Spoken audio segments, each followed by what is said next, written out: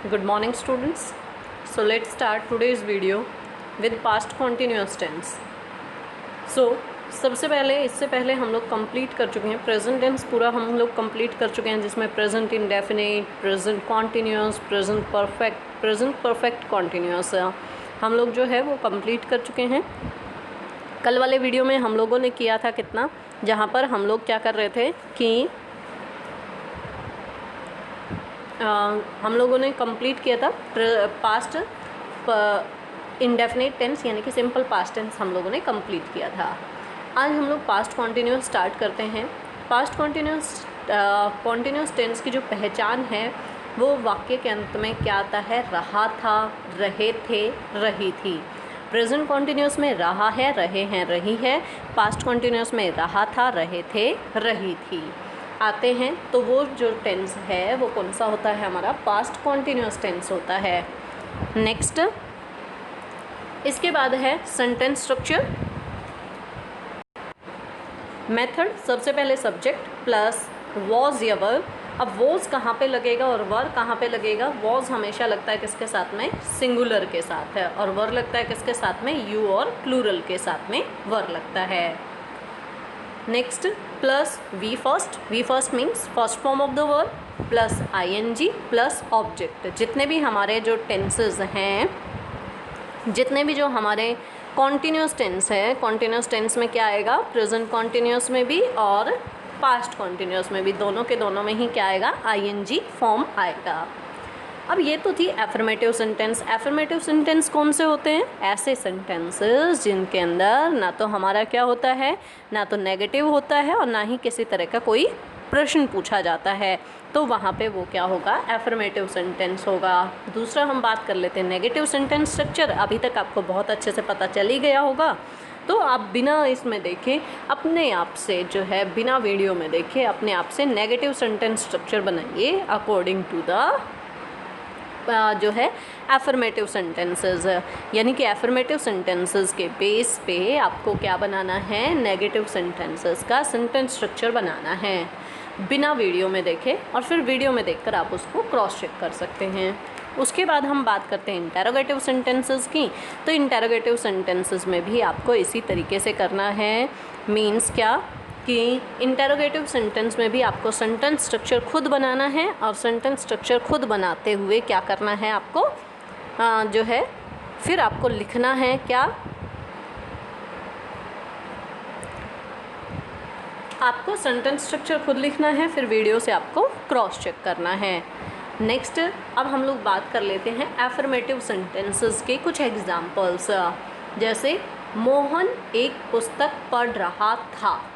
अब देखिए, ये मैं जो टेंस है, टेंस जो है सबसे मोस्ट इम्पोर्टेंट इसलिए बोले जाते हैं क्योंकि एक तो ये हमारी वोकैब में काम आ जाते हैं, जब हम स्पोकन करते हैं उस टाइम पे काम आ जाते हैं, जब क्वेश्चन आंसर लिखते हैं उस टाइम पे काम आ जाते हैं। काफ़ी सारे बच्चे ऐसे सोच रहे ये तो हमारे उसमें ही नहीं है, क्यों मैम करवा रही हैं।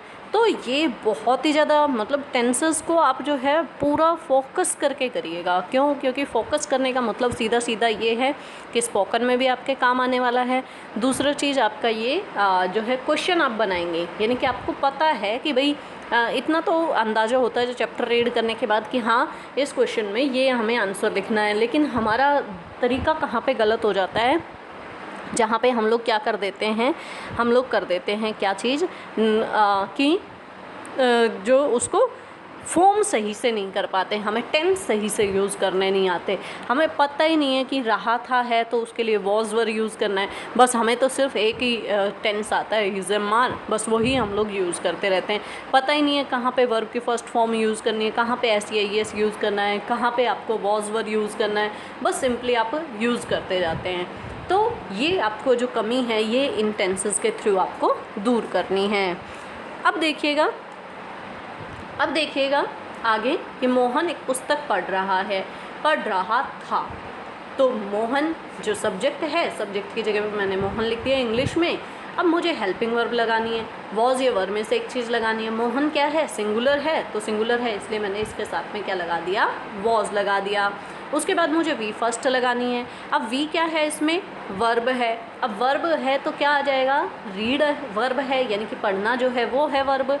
अब पढ़ना वर्ब है तो उसके साथ में क्या आ जाएगा,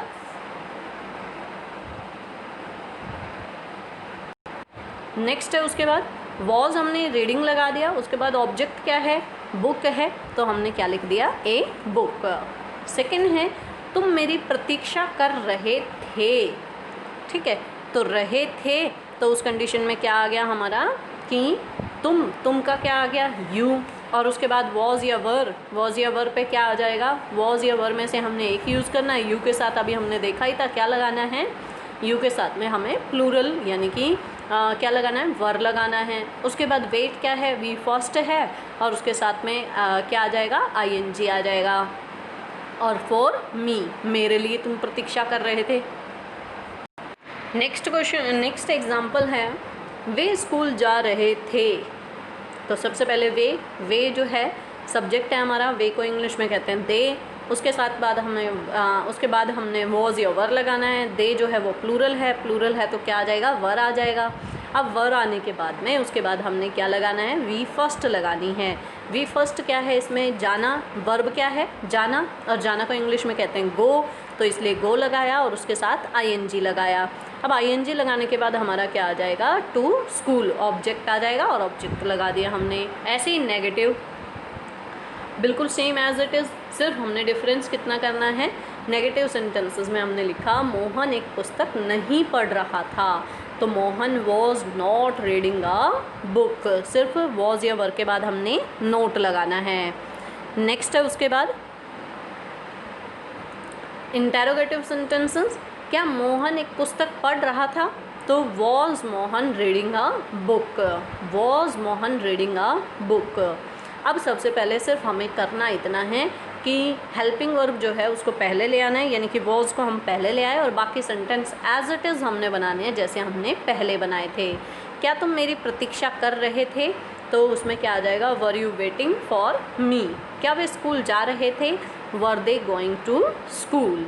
अब इसके यूजेस हम लोग देख लेते हैं। सबसे पहले यूजेस से पहले हमने ये देखना ज़रूरी था कि भाई कहाँ पे जो पास्ट टेंस है उसमें कौन सी चीज़ यूज़ होगी और कौन सी नहीं। ज़रूरी इसलिए थी क्योंकि देखिए अगर मैंने बोल दिया कि आपको यहाँ पे पास्ट टेंस का यूज़ करना है, जैसे भूतकाल के किसी निश्चित समय पे चल रहे काम के लिए मैंने बोल दिया कि आपको पास्ट कॉन्टिन्यूस टेंस का यूज़ करना है, तो आपको पता ही नहीं चलेगा पास्ट कॉन्टिन्यूस टेंस में आता क्या है, तो आप लिखोगे क्या, तो इसलिए ये ज़रूरी था। अब देखिए सबसे पहले हम लोग देख लेते हैं भूतकाल के किसी निश्चित समय पर चल रही क्रिया मतलब काम के लिए हम किसका यूज़ करते हैं, पास्ट कॉन्टिन्यूस टेंस का यूज़ करते हैं। जैसे I was writing a letter when my friend केम, कि जब मेरा दोस्त वहाँ पर आया था उस समय भूतकाल का काम चल रहा था। काम क्या चल रहा था कि मैं पत्र लिख रहा था। Manish was taking a bath when I went to see him, जब मैं अपने दोस्त मनीष को देखने के लिए गया तो उस समय पे वो नहा रहा था, मतलब पास्ट में वो काम उस समय पे चल रहा था। I was sleeping in my room when it started raining, जब मैं अपने कमरे में सो रहा था उस समय पे बारिश हो रही थी, यानी कि पास्ट में काम चल रहा था। नेक्स्ट, जब हमारी रुचि क्रिया के जारी रहने में हो ना कि मुख्य क्रिया के समय में, यानी कि क्रिया के जारी रहने में हमारा जो इंटरेस्ट है वो काम के जारी रहने में है ना कि काम के समय में, तो उस समय पे हम पास्ट कॉन्टिन्यूस टेंस का यूज़ करते हैं। जैसे I saw her when she was singing a song, अब मेरी काम के जारी रहने में मेरी रुचि है कि मैंने उसे तब देखा जब वह गाना गा रही थी। अब टाइम का कोई इससे लेना देना नहीं है, मुझे तो बस काम जारी रहने में इंटरेस्ट था। It begin to rain when I was having a breakfast, मुझे ब्रेकफास्ट में इंटरेस्ट है, रेन हो रही है उस चीज़ में मेरे को इंटरेस्ट नहीं है। I heard that my friends were calling me, मैंने सुना, सुनने पे समय पे मेरा ध्यान नहीं है बल्कि मेरा ध्यान किस पे है, जो उस समय पे क्रिया हो रही है उसमें मेरी रुचि है, तो इसलिए वहाँ पे हमेशा किसका यूज़ करेंगे, हम लोग यूज़ करेंगे किसका, प्रेजेंट जो है पास्ट कॉन्टिन्यूस टेंस का। नेक्स्ट उसके बाद भूतकाल में साथ साथ चलने वाले दो काम के लिए किसका यूज़ करते हैं, पास्ट कॉन्टिन्यूस टेंस का यूज़ करते हैं। जैसे when I was reading Mohan was playing, दोनों काम एक साथ चल रहे थे। भूतकाल में दोनों के दोनों काम एक साथ चल रहे थे। पहला कि जब मैं पढ़ रहा था उस समय पे मोहन खेल रहा था, तो दोनों काम एक साथ चल रहे थे।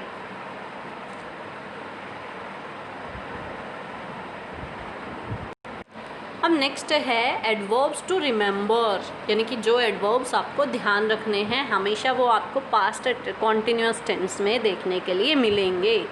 जैसे always, at the time, in those days. At that time, in those days, ये कहीं पे भी आपको मिल जाए, उस कंडीशन में आपको क्या करना है, फटाफट से आपको बिना कुछ सोचे समझे यूज़ कर देना है किसका, पास्ट कॉन्टिन्यूस टेंस का।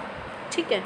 नेक्स्ट है उसके बाद in those days, all day, ये सब के साथ में हमेशा आप यूज़ करेंगे किसका, पास्ट कॉन्टिन्यूस टेंस का आप यूज़ करेंगे।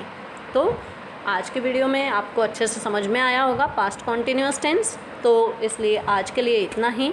नेक्स्ट वीडियो में हम आगे वाले जो टेंसेस हैं उनको डिस्कस करेंगे। Thank you, have a nice day.